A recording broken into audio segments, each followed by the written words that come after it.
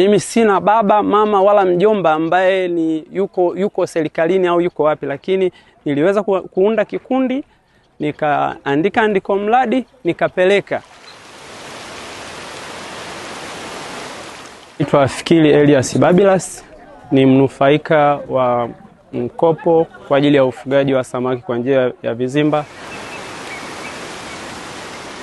Mkopo huu ulizinduliwa rasmi na Mheshimiwa Rais mnamo tarehe 30 ya mwezi wa kwanza mwaka 2024, ambapo vijana waliweza kukopeshwa, waliokuwa kwenye vikundi waliweza kukopeshwa mitaji kwa ajili ya ufugaji wa samaki, na mimi na kikundi changu tulikuwa ni miongoni mwa watu tuliweza kunufaika na mkopo ule. Tuliweza kupata kiasi cha shilingi milioni 120 ambayo ilitumika kwa ajili ya kutengeneza vizimba na kununua vifaranga pamoja na chakula cha samaki wale.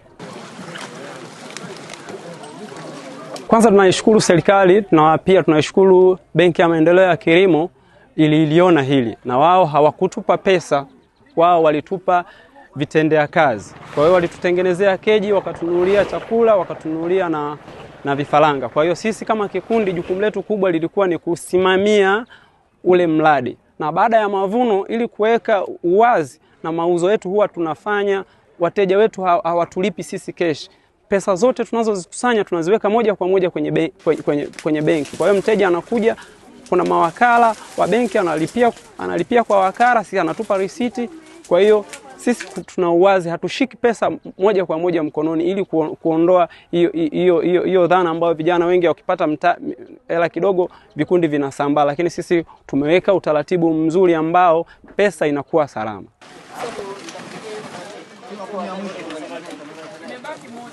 Hali ya soko kwa sasa, hali ya soko si nzuri sana wala si mbaya sana. Nasema hii kwa maana moja, kuna wawekezaji wakubwa zaidi ambao wapo sasa hivi tuko kwenye soko moja.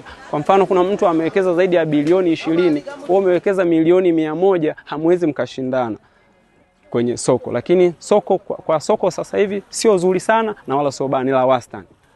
Nipende kuishukuru serikali ya awamu ya 6 kwa kuweza kuwaona kundi la vijana. Kundi la vijana ni kundi ambalo kidogo lilikuwa limejaribu kusahaulika, lakini tunaishukuru serikali kupitia Benki ya Maendeleo ya Kilimo TADB kwa kuweza kuamini vijana. Maana mkopo huu tuliopewa haukuwa na dhamana yoyote.